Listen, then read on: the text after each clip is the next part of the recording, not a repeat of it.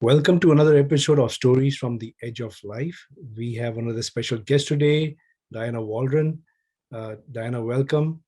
Please introduce yourself to our audience. Hi, my name is Diana. I am from upstate New York and I play the sitar, and it's good to be here. Thank you.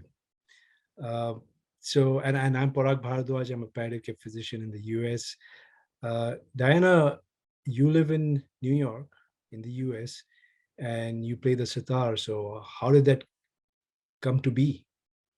Yeah, well, as a kid, I was always interested in learning different instruments. I was always sitting alone in my room trying to play the guitar or learn the piano. I think when I was like 7, I asked my dad to teach me guitar because he played. But I kind of like would get frustrated very easily, and I eventually just gave up and switched to piano. I live across the street from a church growing up, so I would go across and learn there from someone, a church member there. Um, and yeah, I was always like interested in music, singing in choir and all that stuff. And I played the clarinet in high school and middle school. And then when I was in college, I went back to guitar and I actually took a full semester of guitar classes. And I was doing okay, and my teacher was inspiring, but at the same time, I just kept feeling like something was missing, and I didn't know what it was. Um, and I kept hearing this voice that was like, "It'd be so cool if I could play the sitar." Had no idea like what the sitar was. Never knew anyone who played the sitar. But when I would have that thought, it was like almost like this subconscious you know thought pattern going on that I wasn't fully aware of, and I would just feel like this ecstatic euphoria whenever I would feel that. But I would just let it go, and I wouldn't like think about it really, or I wasn't like I gotta find a sitar. Um, and then I was actually doing a yoga teacher training um, in Monroe, New York, and there was a sitar master there named Acharya Rup Verma, and he was leading a Nada Yoga workshop, which is like a sound meditation, a sound healing sort of, where you lie down and he'll play for like 5 or 6 hours, and it's just amazing. Yeah, I walked into that room and I immediately felt drawn to him. He was like this very sweet but stern, old Indian man with like bright white hair and just very striking energy. And, he had like a very mystical presence. And I was just like, I'm going to learn something from him, but I don't know what it is. And I laid down and, listened to the music, and I was just completely broken open by the sound. I was like crying and, just literally feeling changes in my body and my energy from listening to that music. And I was just like, what is that? And yeah, I went back to college to finish my last semester, and I was walking on campus one day after poetry class, and I saw a sitar for sale flyer on the bulletin board, and I was just, magnetized to it, and I was like, I need to do that. But at the time, I was also learning drums. I was living with someone, and she played drums and was starting to teach me. Um, and I asked my friend what she thought, like, should I do this? And I was like, or am I being impulsive? And she was like, you're definitely being impulsive. Like, you need to stick to one thing and take it seriously. Like, why do you want to learn the sitar? And I was like, yeah, you're right. So I told the person, like, never mind, like, I'm not gonna do it. But I just kept thinking about it. I think after like 2 weeks of just like it was continually like nagging me, I was just like, I'm just gonna do this. And like I was working at farmers markets at the time, and like had just enough money to buy it. And I remember when I first got it, I felt really sick actually. It kind of came in this like really big, like bulky black case, almost looked like a coffin. It was like very like rickety old like case, and I was like, what am I doing? And I just had like a little room, so I was standing it up in the corner behind the door, and I was just like, okay. And I actually like felt sick after I got it. I think that's a thing that like musical instruments carry energy. um So I learned that pretty soon, and yeah, so that's how I initially ended up with my first sitar ever, and not knowing what I was doing, but just feeling like I need to do that. Well, clearly you didn't feel sick for too long after you got it, Right. and you use the term broke open. Hmm. I mean, that's very powerful. I've heard many descriptions of experiences, but I think that was a unique description. Can you describe a little bit more when you? I'm assuming it was a positive. You're saying it in a positive way, Oh yeah, and yeah, if you could give us an insight, if you're comfortable doing that, as to yeah, what you meant by that. yeah. I mean, my teacher Rup Verma, he's no longer alive right now, but he is someone who has been very dedicated and focused on the purity of Indian classical music, which are basically like these handed down templates, so to speak, of these, beautiful melodies that are, ancient. And, um, these masters spent so much time perfecting the music and feeling it and listening to it. And he really embodied that. And so hearing him play, um, it was just deeply moving. It reached a part so deep within me that I didn't know existed. Like it felt like he just through his playing like opened an inner doorway to me, and I know that that's like what his intention was. Even if it wasn't conscious, I know that he was always, you know, guiding people to kind of go on the inner search, their inner spiritual journey. So yeah, just hearing his music, it was so like simple and pure and beautiful, and it just yeah, it just like opened my heart so much, and like so many emotions came out, and I just wasn't expecting that. Great. Thanks for sharing that with us, and being so open about it, because I know a lot of people think, hey, if I share this with people, what will they think about me? But I think Right. it's it's such a profound experience that most people actually long to have. Mm. So I'm glad to hear that you had it. Now, seems like your sitar teacher has had a profound influence on your life when it comes to at least the musical aspect of it. Can you describe that relationship? And you Yeah. mentioned a little bit to me earlier on as to your experience with him. So yeah, I'll let you describe that. Yeah, I think he we met at a time in my life where I feel like it was perfect. Like I knew that I wanted guidance of some sort, um, but I didn't know what. And I've always been kind of a very stubborn person ever since I was younger. Somewhat rebellious and never wanted to be told what to do, and that's just kind of been my nature. And meeting him, you know, he was kind of like the stern, like loving grandfather figure that I never had. And I remember being in class and like yawning one day, like when we were playing, or he was talking, and I just like yawned, and he was like, "Oh, are you tired?" And I was, so I was like, "Yeah." He's like, "Okay, go wash your face. We'll wait." And I was like, "Is he serious?" So I like went up and left the room and like washed my face to because he told me to. And just like things like that, like he was kind of this like sharp person, but he really wanted to make sure that you were um, into the music. And I think I'm straying from your question. What was it again? No, I did. I was just asking you to describe your relationship with him, and Oh yeah, it seems that you had a very unique relationship with him. You have a lot of reverence yeah, for him, and so just sharing some of your yeah. When experiences I with him. first, so I got the sitar, and I knew that he taught monthly classes in Monroe, and I didn't live too far, like like an hour or less. And um, I was also graduating college at the time, so everything just kind of aligned, and I just started taking classes. And I showed up the first day absolutely terrified, like didn't know anyone, didn't know what I was doing. I just had this instrument that I wanted to learn, and I just showed up, and he immediately like looked at me and was like, "Who are you? And what are you doing here? And why do you want to learn sitar?"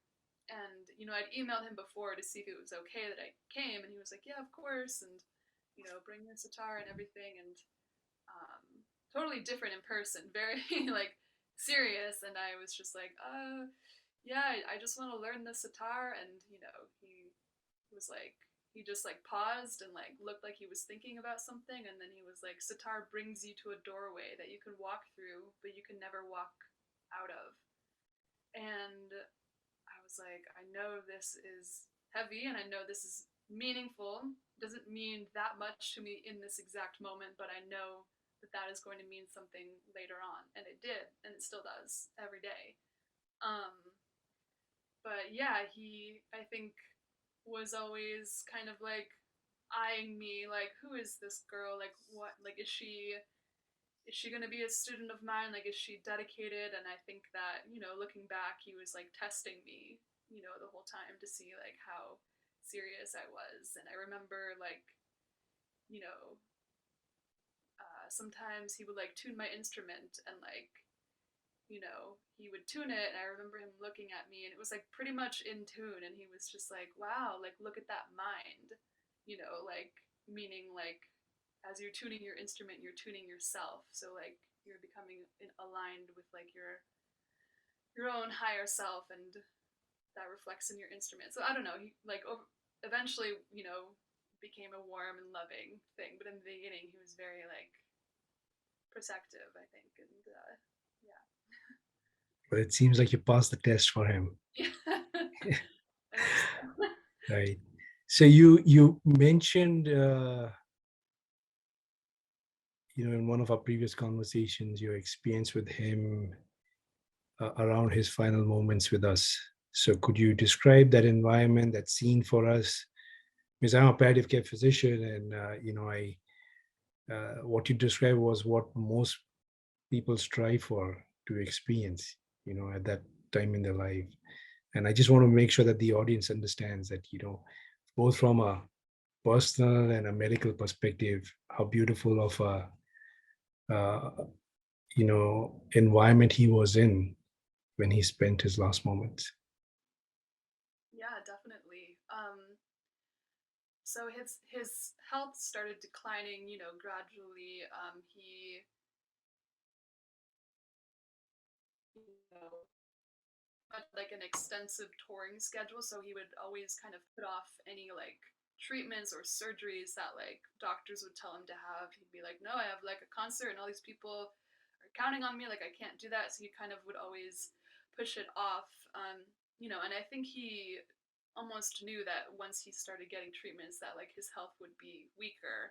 He was a very like petite, small older man, so very like sensitive. And I think he had like a lung condition. I'm not exactly sure what it was, but like trouble breathing and all of that. So um, we, all of us, like all the students, and we kind of just were feeling like very alert and like when what's going on all the time. And then he had a concert. His health was like very, we were like, okay, any week now this is going to be the end. And he had a concert with his son, like a duet in his family town in western, like central New York. And I was out there with several other students, and it was kind of just like this long retreat week of like sleeping on the floor in his bedroom while he's like laying in his bed and he can really barely talk. And you just see, you know he's so skinny and like bone, and he has oxygen, and just very, it was a very intense like scene, but it was also very loving. Like we'd shift from like being in his presence and just kind of like meditating around him to like going downstairs and drinking chai and laughing and having like fun. But it was like such a sad time. So it was like this juxtaposition of both worlds. It was very emotional. And then the concert day came, and I remember like pushing him out on stage in a wheelchair with his like oxygen tank, and he sat down to play the sitar, and he was like, "I feel alive." That's like what he said, and he couldn't really play the music, but he was just so like you know in love with it, and people, his friends and family were in the audience, like, "We love you," and they were just cheering him on, and his son was there, and it was just very beautiful. And then yeah, and then you know he said he felt like his life's work was complete, and then by the next Saturday, that morning, he passed away, and it was very like, I have goosebumps even just saying talking about it. Yeah, it was just a very profound experience, like watching his breathing, literally staring at him for hours, watching his breathing until like the last breath, and like you know going to all of the funeral services and everything. It was just a very deep time. Um, yeah. Yeah, and it seems like from what I recall from our conversation, he was surrounded by his family, he was surrounded with his students. It was a very loving, peaceful environment, very different from what I'm used to seeing, when working in a hospital, surrounded by machines, strangers, a lot of noise. So, uh, yeah, most people that you talk to, they said that's the kind of environment they would want to be in, when that moment would come.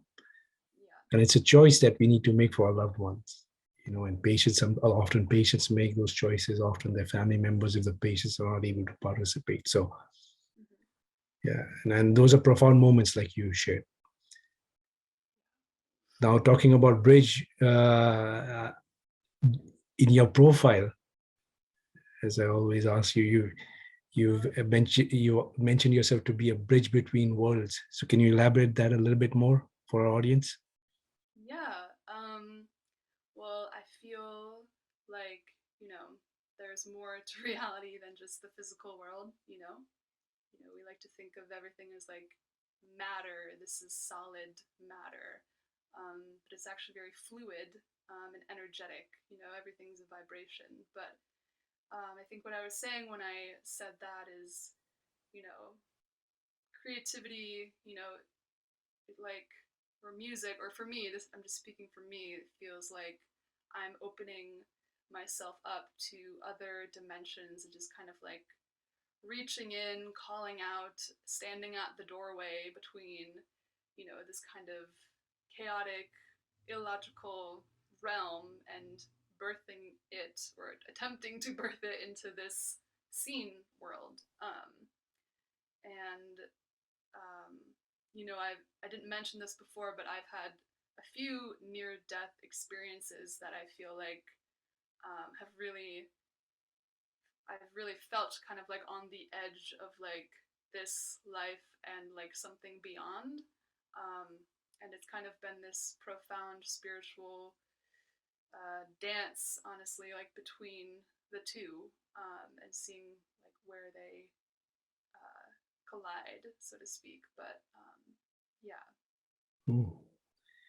Well, thanks for sharing that. And if you would want to elaborate more, we'd love to have you back in terms of what those experiences were. Um, Now, where does music come in all this? The sitar. I mean, the more I've communicated with you and learned of you, I mean, it's so much a part of you. Right. And so, what is your relationship with music overall? Yeah, music is for me like a saving grace. So I think once I got the sitar and was practicing, I just became obsessive with it. Like, I would work and I would just, you know, be in my room and practice. And I just kept thinking, like, I just want like my life to like be built around like me practicing the sitar, and I wanted to go like all in.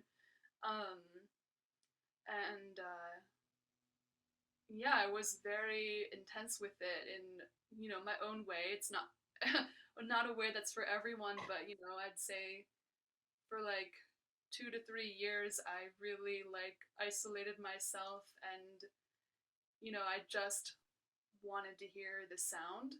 I would wake up, 4:35, practice for like 3 hours before work, go to work, listen to ragas all day, think about the compositions all day, then like come home and like practice until I went to sleep and like listen to the music while I slept. Like I wanted to have this like intensity of like I just want to be the sound. And I think I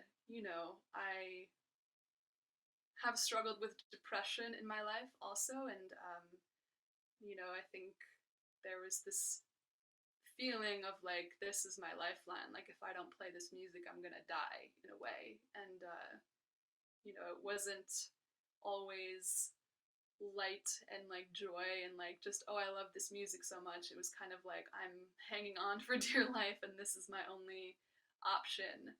Um, and so yeah, I have like a different path than with music than some people do. So um, yeah. Yeah, it seems like it takes you to a different world when you play music. And yeah, I've come across a good number of musicians, but the amount of dedication that you have to playing the sitar is definitely been unique for me to learn about. Um, so if I know you share your music on the online platform, so if our audience would like to access your performances and the music that you play, what would be the best way for them to do that?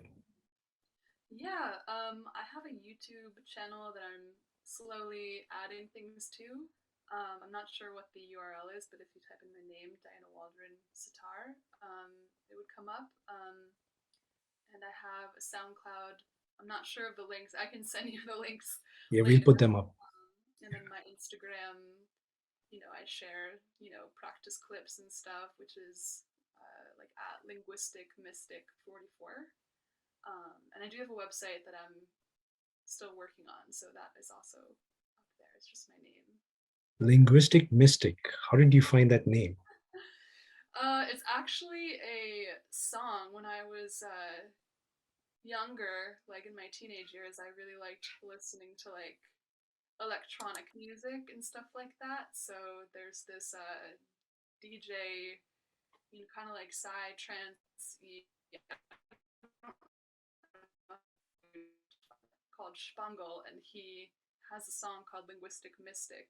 And I was just like, wow, like that is so profound. Like that's how I feel. Like, I've always loved words and sounds, and you know, I would like try to like see, oh, maybe I like painting and like try to paint, and I just like end up writing words and like making letters, and I'm like, this just feels more natural to me. So yeah, linguistic mystic. That's just kind of stuck. Yeah, that's a great name. And also, I think when I access your Instagram account, it's not just the sitar. You seem to be a great photographer. You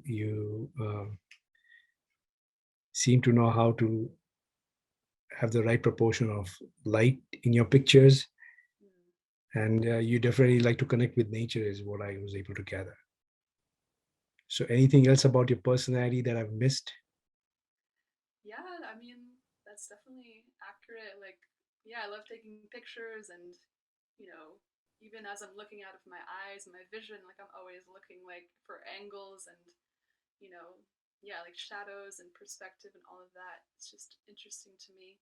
Um, yeah, I like to write, working on a memoir right now. Yeah, and being in nature, I love it. I love being by the river, swimming, all of that. Yeah. So, in your thanks for sharing that. So, in your memoir, how much of it is about you and your sitar? Right. Yeah. I mean, I guess that's the whole point of it. I guess is like this journey through my childhood to reaching this point of the sitar kind of being like this shining light within the darkness. How Yeah. many sitars do you have? Do you have just one or? I have three, but one is not playable. One is that like first sitar I ever had, and you know, I would never hear the end of it from my teacher about how bad it was, and yeah, but it was good to at least get me interested in it. So is that same one that looked like it came in a coffin? Yeah, that one. That's a great description. So are you planning to compose music moving forward, or do you already? um, yeah, I mean that is the goal of this music, I suppose. You know, like you're learning traditional ragas, traditional compositions, and then you know, with time and skill, learning to improvise and all of that. But I'm also like, you know, kind of aside from that, I still feel like, okay, what is my relationship to the sitar? Like, you know, I think I felt a little like, oh, it's taking so long to learn this instrument in like this like methodical way, like kind of feeling like I just want to talk already, but like I didn't have the grammar. So, you know, just kind of trying to see like just on my own, like, okay, what are my emotions expressing through the sitar? Like outside of any structure. But yeah, I also just like kind of completed this project with my friend Leanna Ginsberg. She plays the flute, the Western flute, and we have like kind of collaborated on two songs that we just finished. So that was fun to work on. Like both of us, we met like at a yoga class that our friend both invited us to without us knowing to like play. She's like, okay, hey, like here's Leanna, like she plays flute, like play with her, and I was like, okay. We just kind of jumped into it and were amazed by how good it sounded. So then we just kind of started working on our own music, and yeah, it's been really fun. Yes, and I've heard it, and it's outstanding. So on that note, I would like to thank you for contributing your music to our channel. Hopefully, it'll benefit patients, their family members, folks like myself, and the lay person as well. Because your music is really powerful, and I feel calm when I listen to it. Try to listen to it at the end of the day, and it's very therapeutic. So we look forward to hearing more of your music. Um, to keep us posted, and for our audience, we will post the music Diana has graciously contributed to our channel and allowed us to share with you. So please enjoy it, stay in touch, and we will look forward to hearing more from you, Diana. Thank you. Yes, it was good to talk with you. Thank you very much.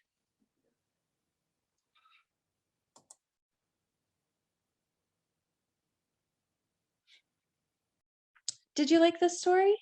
If so, please subscribe to this channel and like and share the video. Want more? Buy the book, Stories from the Edge of Life, available now on Amazon for more stories like this. All proceeds support Palliative Care Network, a nonprofit dedicated to alleviating suffering and improving the quality of life for patients facing end-of-life issues. Consider extending your contribution by donating through the link below. Thank you for your support.